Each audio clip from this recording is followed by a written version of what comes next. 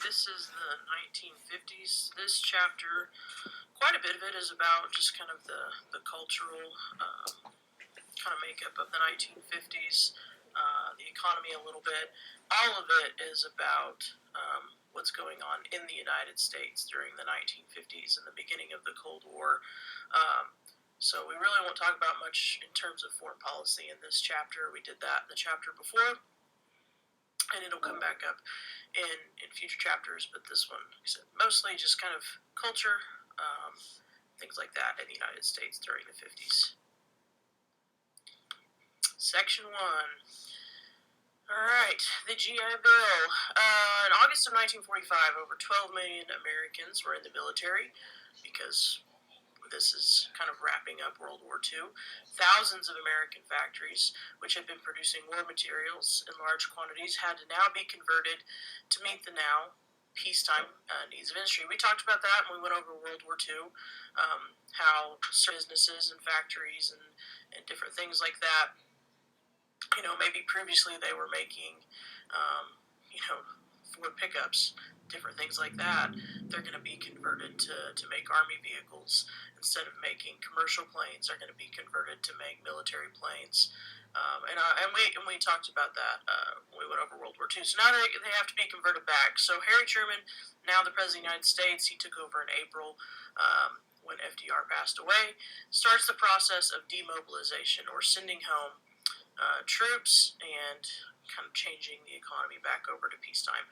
By July of 1946, only 3 million remained in the military because we didn't need an incredibly large military like we had during wartime.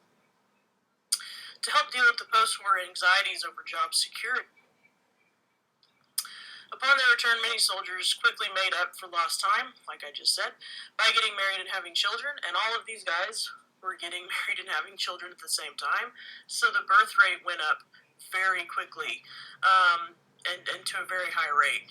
At its peak in 1957, one American baby was born every 7 seconds, which is 4.3 million for the year 1957.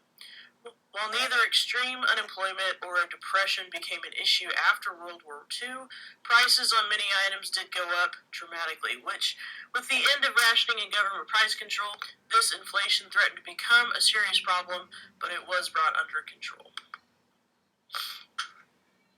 During the Great Depression, Americans could not afford to buy the goods that they had wanted, and if you don't remember, I know it kind of seems like it happened a long time ago because you've been in this class for a while now, and we talked about the Great Depression before Christmas break, and it just feels like a million years since then. But the Great Depression was still going on when World War II began, and we really didn't get out of it until World War II came along, as backwards as that sounds. So we're kind of fresh off the Great Depression still once World War II is over.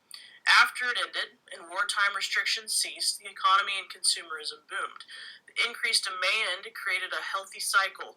More demand leads to more production, which leads to more hiring, and it led to more people being able to buy more goods, and on that healthy cycle goes.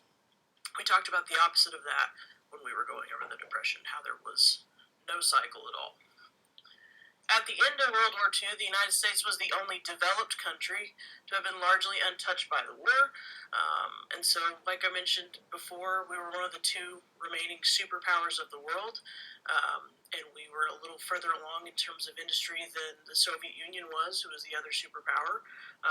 And so we were able to produce a lot. About 50% of the world's output, with only 6% of the world's population, meant that we were going to get a lot of profit, and it allowed Americans to enjoy a very high standard of living after World War II. In April of 1945,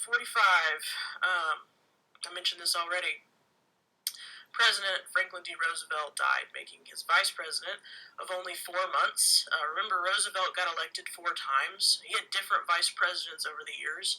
This was the first time Harry Truman was one of his vice presidents.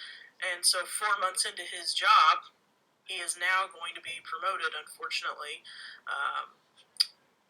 for the circumstances when I say unfortunately. He's now the new president of the United States in a time of war. Even after the war had ended, in Europe and the Pacific, Truman still faced tremendous odds on the home front, labor movements, and the Republican Party. Trade unions demanded more pay to keep up with inflation. When employers refused them, millions of steel, railroad, and automotive workers went on strike. The wave of strikes was one of the largest in U.S. history, and it prompted Congress to enact something called the Taft-Hartley Act. This outlawed the closed shop, a workplace where only union members could be hired. Truman tried to veto the act, but Congress overrode it. While FDR had refrained from challenging the power of white Southern senators and representatives, Truman refused to remain passive and created a special committee on civil rights to investigate race relations. One of the next things we're going to talk about, it's coming very soon, is the civil rights movement. It begins in the 50s. I think people kind of associate it with the 60s because it did happen during the 60s, but it'll start in the mid-50s. So that's coming very quickly, and Truman wasn't going to shy away from race being an issue he knew the country needed to look at. And he actually, I think I mentioned this the other day, in class, he is the president that desegregated the military. The presidential election of 1948 saw a wide variety of candidates. Southern Democrats were so angered with Truman's support of civil rights. We've talked about the different parties and kind of what they mean. So a Southern Democrat and a Democrat are not the same thing. And the parties have shifted through the years. We've kind of mentioned that before. But anyway, so Southern Democrats were definitely more conservative than you might think of as just a Democrat today. And they were not happy with Truman. So they picked a different candidate. Strom Thurgood was going to run for them as a Southern Democrat candidate for president. Henry Wallace, who had been FDR's vice president in his third term, disagreed with Truman over foreign policy, left the party to become a candidate for the revamped Progressive Party. We've talked about that before when it started, right? Truman was the Democratic Party's candidate, and then Thomas Dewey, who was a governor of New York, was the Republican candidate. Few people thought Truman would actually win the election, and nearly every political poll predicted that Dewey would win. However, Truman went on a 31,000-mile, 300-stop train tour of the country where he gave speeches about the inactive Congress, and he ended up winning the 1948 presidential election. So there he is with a copy of the Chicago Tribune. After he wins, the Tribune got ahead of itself and went ahead and printed that Dewey was going to win. So there he is holding it up, laughing because he obviously won the presidential election. And then the electoral map is above that. Shortly after the 1948 election, Truman announced a far-ranging legislative program, which he called the Fair Deal. We've talked a lot in this class about presidents naming their domestic agendas. This is his, the Fair Deal. It would strengthen the existing New Deal, which FDR had put into place, reforms, and establish new programs, such as national health care. That's something else I've mentioned in this class. We've been trying to establish national health care in this country for decades. It still has not,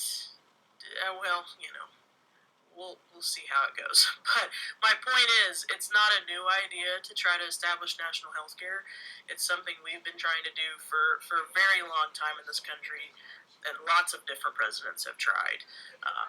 And so, something to keep in mind as you get older and get a chance to vote yourself, how long that's been something we've been trying to do in this country. Truman did not have Congress on his side, failed to win approval for a lot of his Fair Deal programs. Legislative failure and a stall of the Korean War contributed to his loss of popularity.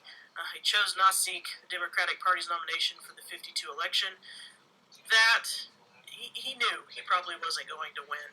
And even if he had run, he probably would not have been able to beat Dwight Eisenhower, who was the Republican candidate.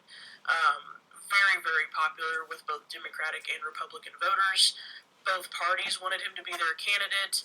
He ends up being the Republican candidate. He had a tremendous military experience, obviously, with his experience in World War II, the planning of D-Day. We talked about that a lot.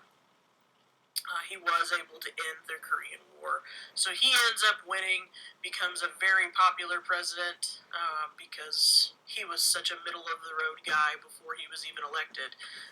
So his popularity was an excellent. Made him an excellent candidate, and the economy boomed under him for the next 8 years because he is president twice. I'm just going to go ahead and tell you. All right, that is the end of section 1. This will be a little shorter chapter than some of our others.